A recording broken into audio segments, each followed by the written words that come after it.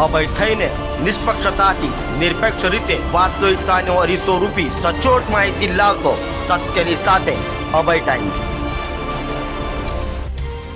કાપોદ્રા પોલીસે ચપ્પુ બતાવી લૂંટ કરનાર લૂંટારુઓને ઝડપી પાડ્યા છે, તો ઝડપાયેલા બેમાંથી એક આરોપી ગુજ સિટોકના ગુનામાં અગાઉ ઝડપાયો હતો।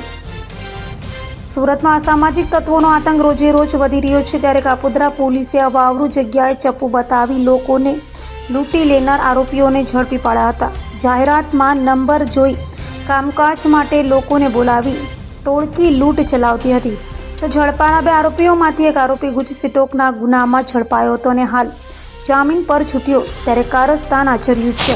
બંનેની પૂછપરછમાં અન્ય ખુલાસા થાય તેવી શક્યતાઓ સેવાઈ રહી છે। કાપોદ્રા પોલીસ સ્ટેશન ખાતે એક લૂંટનો ગુનો ડિટેક્ટ થયેલો છે। લૂંટના ગુનાની હકીકત એવી છે કે આ કામના ફરિયાદી શ્રી દેવીલાલ સુથાર, જેઓ ફર્નિચર બનાવવાનું કામ કરે છે, તેને આજથી 1 મહિના પહેલાં એક અજાણ્યા મોબાઈલ નંબર ઉપરથી ફોન આવેલો કે ભાઈ અમારે એક ફર્નિચરનું મકાનમાં કામ કરવાનું છે, જેથી તમે આવો। એ સમયે આપણા ગુનાના ફરિયાદી રાજસ્થાન હતા। ત્યારબાદ રાજસ્થાનથી જ્યારે તે પરત આવ્યા ત્યારે જે મોબાઈલ નંબર ઉપરથી ફોન આવેલો એ મોબાઈલ નંબર પર ફોન કરેલો કે ભાઈ જે આપે મને કીધું હતું ફર્નિચરનું કામ કરવાનું છે, તો આપ મને મળો એમ કરીને જે આપણા ફરિયાદી છે હાલના ગુનાના, એ હીરાબાગ પાસે જાય છે। હીરાબાગ પાસે 3 અજાણ્યા માણસો એને મળે છે અને તેની સાથે વાતચીત કરે છે કે ભાઈ આપણે કામરેજ ખાતે એક મકાન બનાવવાનું છે, ત્યાં આગળ જઈએ, ત્યાં આગળ મકાન જોઈ લો એમ કરીને એને એક ઇનોવા ગાડીમાં ત્યાં આગળ લઈ જાય છે। ત્યાં એક ચાલતી સાઇટમાં દેખાડે છે કે ભાઈ આ મકાનમાં ફર્નિચરનું કામ કરે છે।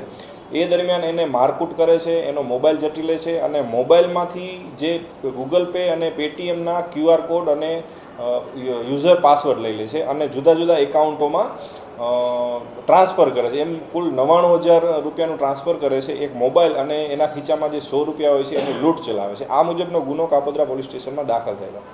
ત્યારબાદ આ ગુનાને ડિટેક્ટ કરવામાં આવેલો અને હાલ કુલ 2 આરોપી આ ગુનાના કામે પકડેલા છે, એક કમલેશ સીસારામ જાટ અને એક સોનુ સોયન।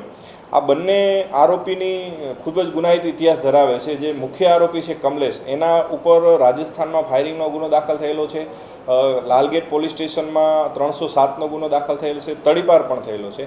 અને જે બીજો આરોપી છે સોનુ સ્વાઈન, એના વિરુદ્ધ ચોક બજાર પોલીસ સ્ટેશનમાં ડબલ મર્ડરનો ગુનો દાખલ થયેલો છે અને ગુજસીટોક હેઠળ પણ એના વિરુદ્ધ કાર્યવાહી થઈ છે અને હાલ એ ગુજસીટોકના ગુનામાં જામીન ઉપર છૂટેલો છે અને આ ગુનાને અંજામ આપ્યો છે। આ બંને આરોપીઓની કાયદેસર ધરપકડ કરેલ છે અને ત્રીજો આરોપી જે અમદાવાદનો છે તેને શોધવા માટે પણ પોલીસની ટીમ અમદાવાદ ખાતે જતી રહી છે।